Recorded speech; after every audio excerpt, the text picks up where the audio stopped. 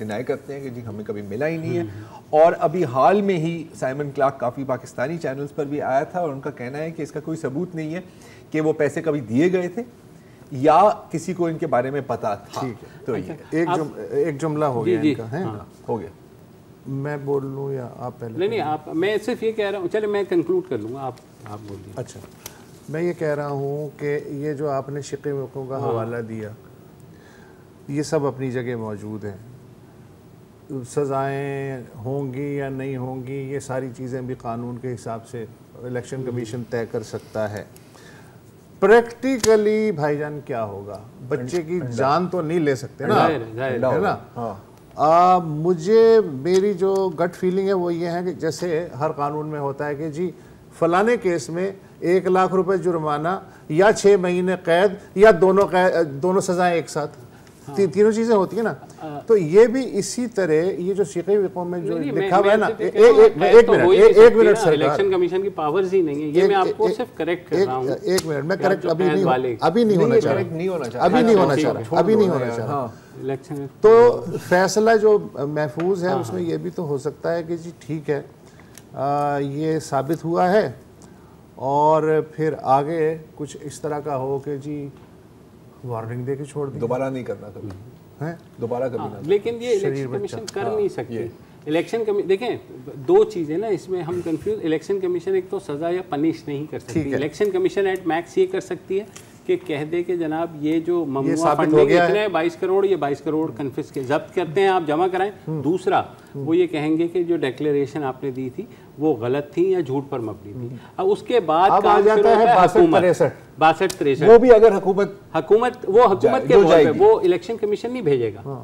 یہی میں آپ کو بتانا چاہ رہا تھا کہ 212 کے مطابق اگر الیکشن کمیشن سے بھیجے گئے ریفرنس یا کسی اور ذرائع سے معلومات سے وفاقی حکومت مطمئن ہو کے کسی سیاسی جماعت کو غیر ملکی فنڈنگ کے ذریعے، اگر میں پی ٹی آئی کا رہنما ہوں تو میرے پاس ایک دلیل ہے کہ دیکھیں یہ فیصلہ کئی مہینوں سے انہوں نے محفوظ کر رکھا تھا، لیکن پچھلے ہفتے جیسے ہی حکمران اتحاد نے مطالبہ کیا کہ کیوں نہیں سنا رہے فیصلہ، تو اس کے فوراً فیصلہ سنا. اچھا، اگر آپ پی ٹی آئی کے لیڈر ہوتے آپ کو کسی دلیل کی ضرورت ہی نہیں ہے، اور وہ اس کی بڑی سمپل وجہ ہے کہ خان صاحب پولیٹیکلی بلٹ پروف ہے. آپ پورا برسٹ مار دیں سیاسی AK-47 کا، سپرمین کی طرح نا وہ گولیاں مطلب زمین پہ گر جائے گا، میٹرکس کی طرح. نہیں، یہاں پہ تو گولیاں لگتی ہیں، اس سے کوئی فرق نہیں پڑتا. نان سٹک فرائنگ پین ہے، کچھ نہیں چپکتا. تو فراغ ہوگی کچھ نہیں ہے. منی لانڈرنگ یہ والے کیسز، جو بھی یہ فورن فنڈنگ کیس، یہ بھی کچھ نہیں ہے سپورٹرز کے لیے.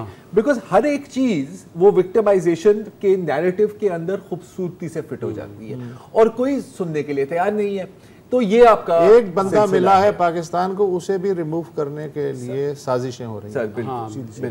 یہ بین الاقوامی ہے. دوسرا یہ کہ بڑے خوبصورت نیریٹو یار آلہ ہے. حکومت کے پاس 15 جیسے ہی یہ ڈکلیئر کریں گے کل، اس کے 15 دن کے اندر وفاقی حکومت کو ریفرنس بھجوانا ہوگا سپریم کورٹ. تم کہنے والے ہو حکومت 15 دن میں جانے والی ہے. نہیں وہ تو خیر جائے گی. یار یہ بندہ کتنا آئین اور قانون پہ چل رہا ہے، آپ دیکھیں. یار یہ فیکٹ بتا رہا ہے، شیخ وار یہ چل رہا ہے. سر آپ جو ہے نا آپ قید کروا رہے ہیں الیکشن کمیشن کی طرف سے 6 مہینے. یہ شکر کریں کہ اس نے یہ نہیں کہا کہ وہاں پہ ہی پھانسی کا پتہ لگایا ہوا ہے. ہماری بات کٹ جائے گی، وہ وقفہ لینا. اچھا چلیں. Welcome back. اور آج دا نیوز اخبار میں تحقیقاتی صحافی عمر چیمہ کی ایک خبر شائع ہوئی ہے جس کے مطابق دفتر خارجہ کے ایک سینئر عہدیدار اسرار حسین جو ایڈیشنل سیکریٹری خارجہ کے عہدے پر فائز ہیں، ان کے خلاف انسانی اسمگلنگ کے حوالے سے کچھ شکایات سامنے آئی ہیں اور اس کے ثبوت بھی دکھائے گئے ہیں. انہیں جو شکایات ہیں وہ یہ ہیں کہ بہت سے ثقافتی طائفے یا دوسرے جو ایسے وفد جاتے تھے ان کے ساتھ کچھ ایسے لوگوں کو بھیجا جاتا تھا پیسے لے کر کے، جو وہاں جا کر کے پھر یا تو اسائلم لے لیتے تھے یا جو ہے وہیں رک جایا کرتے تھے. اس بارے میں دفتر خارجہ کے کور کرنے والے ایک سینئر رپورٹر ہیں متین حیدر، اسلام آباد سے ہمارے ساتھ موجود ہیں. متین حیدر، یہ کیا جو ساری معاملہ ہے، اس بارے میں آپ نے جو آج تحقیقات کی ہیں اس بارے میں بتائیے گا. جی بہت شکریہ مبشر زیدی صاحب. دیکھیے پہلے تو یہ بہت سینئر افسر ہیں اور یہ چیک ریپبلک میں یعنی جمہوریہ چیک میں یہ پاکستانی سفیر بھی رہ چکے ہیں 2017-18 میں. تو پہلے تو جب یہ خود وہاں پہ چیک ریپبلک میں تھے تو انہوں نے قوالیاں سننے کے بہانے اور ثقافتی طائفے کے بہانے انہوں نے پاکستان سے ایک بہت بڑے ثقافتی طائفے کو اس لیے مدعو کیا کہ اس پورے طائفے سے یہ پیسے بٹور چکے تھے اور ان کو انہوں نے یہ وعدہ کیا کہ ان کے لیے جو ہے وہ چیک ریپبلک میں جابز بھی ہوں گی اور ورک ویزا بھی ہوگا. تاہم جب وہ طائفہ وہاں پہ پہنچا تو ان سے جو انہوں نے ایگریمنٹ کیا تھا اس کے برخلاف یہ اس سے بالکل دور ہو گئے. پیسے یہ اس طائفے سے لے چکے ہوئے تھے, ان کے لیے کوئی کسی قسم کا کوئی ورک ویزا یا کچھ نہیں تھا, اور الٹیمیٹلی اس طائفے کو وہاں پر سیاسی پناہ لینی پڑی, جس پہ چیک حکومت نے پھر حکومت پاکستان کو لکھا کہ اس صورتحال پہ مبشر زیدی ان کو کال بیک کر لیا گیا اپنی مدت پوری کرنے سے پہلے انہیں اسلام آباد رپورٹ کرنے کو, اور اسلام آباد میں ان کو پنش کرنے کی بجائے انہیں فوری طور پر جو ہے وہ ترقی دے دی گئی, اور ترقی دے کے ایڈیشنل سیکرٹری یورپ تعینات کر دیا گیا. ایڈیشنل سیکرٹری یورپ یعنی آپ کا پورا جو یورپ کا کانٹیننٹ ہے اس کے وہ ہیڈ تھے. ان کی فراڈ اور ان کی لوٹ مار کی اگلی کہانی وہاں سے شروع ہوتی ہے جب ایڈیشنل سیکرٹری یورپ کے طور پہ انہوں نے اسلام آباد میں مختلف یورپی ممالک کے جو سفارت خانے انہیں پریشرائز کرنا شروع کر دیا, چونکہ ایڈیشنل سیکرٹری یورپ پورے یورپ ڈیسک کے سربراہ اور سفارت خانے ان کا بڑا ان کے اثر و رسوخ میں آتے ہیں. تو انہوں نے اسپین میں غیر قانونی بندے بھجوائے, اسی طرح یورپ کے کئی ممالک میں انہوں نے غیر قانونی بندے بھجوائے. اس کے ساتھ ساتھ ان کا نہ صرف یہ بلکہ ان کا پرانا ٹریک ریکارڈ بھی ہے. جب وہ ڈپٹی چیف آف پروٹوکول یہاں پر تعینات تھے تو اس وقت ایک سفارتی نوٹ ہوتا ہے جسے ہم نوٹ ویبیل کہتے ہیں جی. تو انہوں نے وہ درجنوں نوٹ ویبیل جن میں ٹیمپرنگ تھی اس پہ اس زمانے میں بھی انہوں نے اس میں لاکھوں روپے کمائے. اور اب اس وقت صورتحال یہ ہے کہ یہ پرائم منسٹر آفس کو جب پتہ چلا کہ یہ ساری کی ساری ایک انتہائی کرپٹ افسر انتہائی سینئر ترین پوزیشن کے اوپر بیٹھا ہوا ہے تو انہیں ایڈیشنل سیکرٹری یورپ کے عہدے سے ہٹایا گیا. تاہم انہیں او ایس ڈی بنانے کی بجائے انہیں پھر ایڈیشنل سیکرٹری اسپیشل پروجیکٹس لگا دیا گیا. ابھی وہ اس وقت او ایس ڈی نہیں ہے اور اسپیشل سیکرٹری پروجیکٹس ہیں ان کے خلاف. اچھا متین مجھے یہ بھی پتا ہے کہ اسپین کی حکومت نے اور دوسری یورپین ممالک نے جو ہے چیک ریپبلک اور اسپین کی حکومت نے باقاعدہ دفتر خارجہ کو لکھا کہ یہ جو کچھ ہو رہا ہے, اس کے باوجود کوئی ایکشن نہیں ہوا. جی یہ بات آپ کی بالکل صحیح ہے, چونکہ انہوں نے اسپین میں بھی بندے پار کیے اور وہ بہت زیادہ بندے تھے. آپ کو پتہ ہے اسپین اور اٹلی اور جو گریس ہے اور مختلف یورپی ممالک وہ آج بھی بڑی پرکشش منزل ہے. تو اسپینش حکومت کی طرف سے لکھا گیا, جو شنجن حکومتیں ان کی جانب سے لکھا گیا, بے شمار ای میلز آئیں. ابھی جو میں آپ کو بات بتا رہا تھا کہ وزیر اعظم آفس کو پہلے اپروچ کیا گیا, یہ مدعا وہاں سے نکلا جب پرائم منسٹر آفس نے پھر دفتر خارجہ تو یہ کب اپروچ کیا گیا؟ جی یہ لاسٹ ایئر سے یہ فیکٹ فائنڈنگ جو رپورٹ ہے وہ دفتر خارجہ نے مرتب کرنا شروع کی. جب وزیر اعظم آفس سے انہیں بتایا گیا کہ ان افسر کے خلاف آپ تحقیقات کریں, اور جو رضا بشیر تارڑ ہیں اس وقت دفتر خارجہ میں اسپیشل سیکرٹری, انہوں نے فیکٹ فائنڈنگ رپورٹ مرتب کیا اور مبشر زیدی صاحب ساری کی ساری 100% رپورٹ جو ہے وہ ڈاکٹر اسرار حسین کے خلاف آئی ہے. تاہم اب سیکرٹری خارجہ ریلیکٹنٹ ہے ان کے خلاف باضابطہ انکوائری لانچ کرنے میں. تو اس کا پروسیجر یہ ہوتا ہے کہ پہلے فیکٹ فائنڈنگ کی جاتی ہے, فیکٹ فائنڈنگ کی رپورٹ مکمل ہو کے سیکرٹری خارجہ کی ٹیبل پہ پڑی ہے, لیکن ڈاکٹر اسرار اتنا کروک اور ویل کنیکٹڈ آدمی ہے کہ وہ اپنے خلاف اب باضابطہ انکوائری جو ہے وہ شروع نہیں ہونے دے رہا. ادھر سے پی ایم آفس سے نے بار بار کہہ رہے کہ انکوائری بھی مکمل کریں اور ہمیں اس بارے میں بتائیں, چونکہ گریڈ 21 کے افسر کے بارے میں حتمی فیصلہ جب رپورٹ مرتب ہوگی اور پی ایم کو جمع ہوگی تو وزیر اعظم حتمی فیصلہ اس کی سزا کا کریں گے. تاہم جب میں نے سابق سفراء سے بات کی تو انہوں نے کہا کہ اس کے اوپر پہلے اگر ان کے خلاف تحقیقاتی رپورٹ آ جاتی ہے تو پہلے انہیں معطل کیا جائے گا اور پھر انہیں ملازمت سے برخاست کیا جائے گا. تاہم تحقیقات بھی بہت سلو ہے اور ان کے خلاف دفتر خارجہ جو دفتر خارجہ کے ترجمان ہیں وہ کیا کہہ رہے ہیں اس بارے میں؟ آج جو رپورٹ چھپی جی جو دفتر خارجہ کے ترجمان ہیں ان سے تو رابطہ کیا، تاہم انہوں نے جواب نہیں دیا، لیکن میری وزارت خارجہ میں دیگر کئی افسران سے بات ہوئی تو پس منظر میں انہوں نے بتایا کہ دفتر خارجہ میں بہت طوفان ہے اس خبر کے اوپر، اس مدعے کے اوپر، اور فیکٹ فائنڈنگ رپورٹ جمع کی جا چکی ہے۔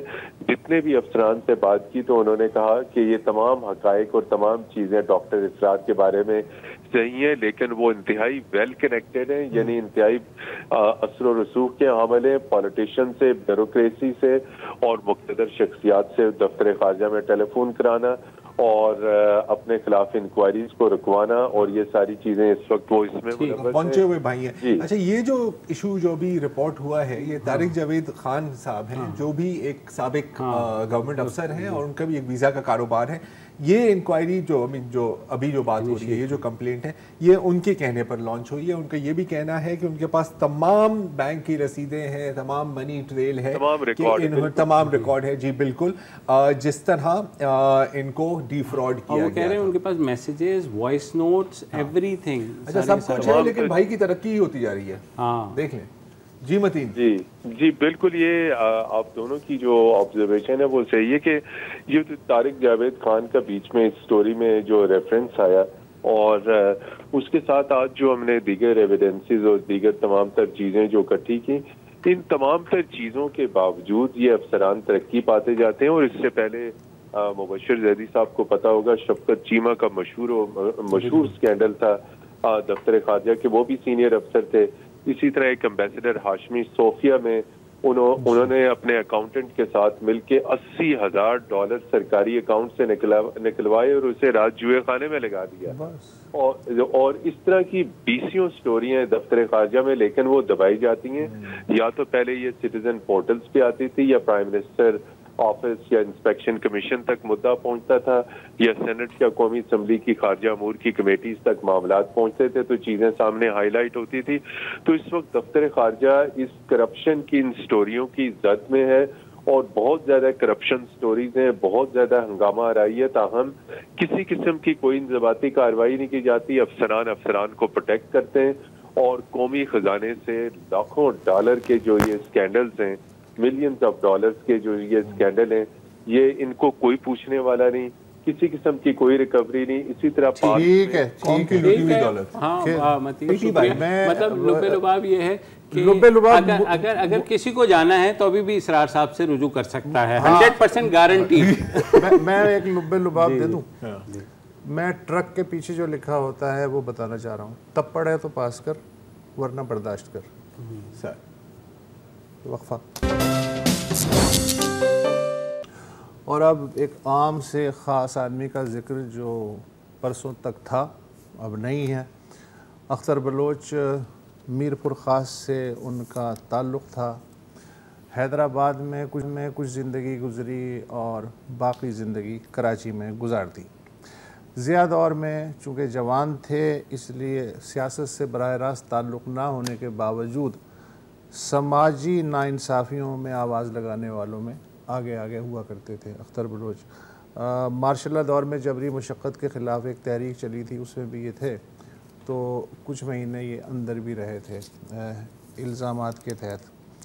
پھر کراچی آ گئے۔ کیوں آ گئے؟ شروع میں خود سے یہی سوال کرتے رہتے تھے کہ میں یہاں کیوں آ گیا ہوں۔ اور پھر ریگل چوک پہ آپ کو پتہ ہے پرانی کتابوں کا ہر اتوار کو بازار لگتا ہے، وہاں ان کتابوں میں گھرتے چلے گئے، اور یوں ہمیں ایک نیا محقق سامنے آنے لگا ڈیولپ ہو کے۔ ادب اور سماجیات اسی فٹ پاتھ کی پرانی کتابوں سے گھول کے انہوں نے اپنے اندر اتارا، اور پھر سب سے جو مشکل موضوع ہے اس پہ ہاتھ ڈال دیا، اور وہ ہے خواجہ سرا کمیونٹی، جو اس ملک میں بلکہ پورے جنوبی ایشیا میں ایک پست ترین مخلوق کے طور پہ ہم لوگ انہیں دیکھتے اور ٹریٹ کرتے ہیں۔ اختر ان کے ساتھ رہے، ان کا اعتماد جیتا، اور پھر 2-3 سالوں کی محنت کے بعد انہوں نے ایک ہمیں 2 جلدوں پہ مشتمل ایک کتاب دی جس کا نام تھا تیسری جنس، اور وہ اب جو بھی اس پہ کام کرتا ہے اس موضوع پہ، خواجہ سرا کے اختر کی یہ کتاب جو ہے وہ ایک ریفرنس بک بن گئی ہے. اس کے پیچھے انہوں نے کتنی تحقیق کی، کبھی اپنے منہ سے وہ ذکر نہیں کرتے تھے. میں آپ کو ایک مثال دینا چاہ رہا ہوں اس تحقیق کی، کیونکہ یہ اختر صاحب جو تھے نا وہ ایک جیتے جاگتے انسائکلوپیڈیا تھے. ہاں ٹھیک ہے، اور آپ کتاب اپنی جگہ، اگر آپ صرف ان کے آرٹیکلز، ان کے مضمون ہی پڑھ لیں تو آپ سمجھیں کہ ایک ڈگری آپ نے حاصل کر لی ہے. اتنا اس کے اندر انفارمیشن تھی. جیسے کہ میر پور خاص کی ایک سٹوری کے بارے میں ایک سٹوری لکھیں، سونی فقیر کے بارے میں. آج ایک بڑی مزیدار کہانی ہے کہ میر پور خاص میں جو نائی پاڑا ہے وہاں پر ایک جوان خواجہ سرا رہتی تھی، سکھ دیو، وہ ہندو برامن فیملی کی تھی. ٹھیک ہے، اور 6 فٹ کا قد تھا، بڑی بڑی آنکھیں، اور وہ جا کے ہندو مندر میں اپنے گھر والوں کے ساتھ جا کے پوجا کرتی تھی. اور اس کے بالکل نزدیک ایک امام بارگاہ تھا جہاں پر عارف شاہ بخاری کے مزار بھی تھا. اچھا، پارٹیشن ہوئی، وہ بھارت شفٹ ہوئے، لیکن پھر ان کو گھر اتنا یاد آتا تھا کہ وہ واپس آ گئے. واپس آ کے اسلام قبول کر لیا اور عبداللہ نام ان کا رکھا گیا. لیکن جتنے بھی علاقے کے لوگ تھے ان کو سونی فقیر کہتے تھے، کیونکہ قد اور صورت بھی بڑی ان کی خوبصورت تھی. تو وہ اب وہاں کی نا ایک لوکل، آپ سمجھے کہ پیرنی میں نہیں کہوں گا لیکن ایک ہستی بن گئی کہ جو خواتین تھیں جن کی جو بے اولاد تھیں وہ آتی تھی کہ کوئی دھاگا دے دو، ہمارے لیے دعا پڑھ لو.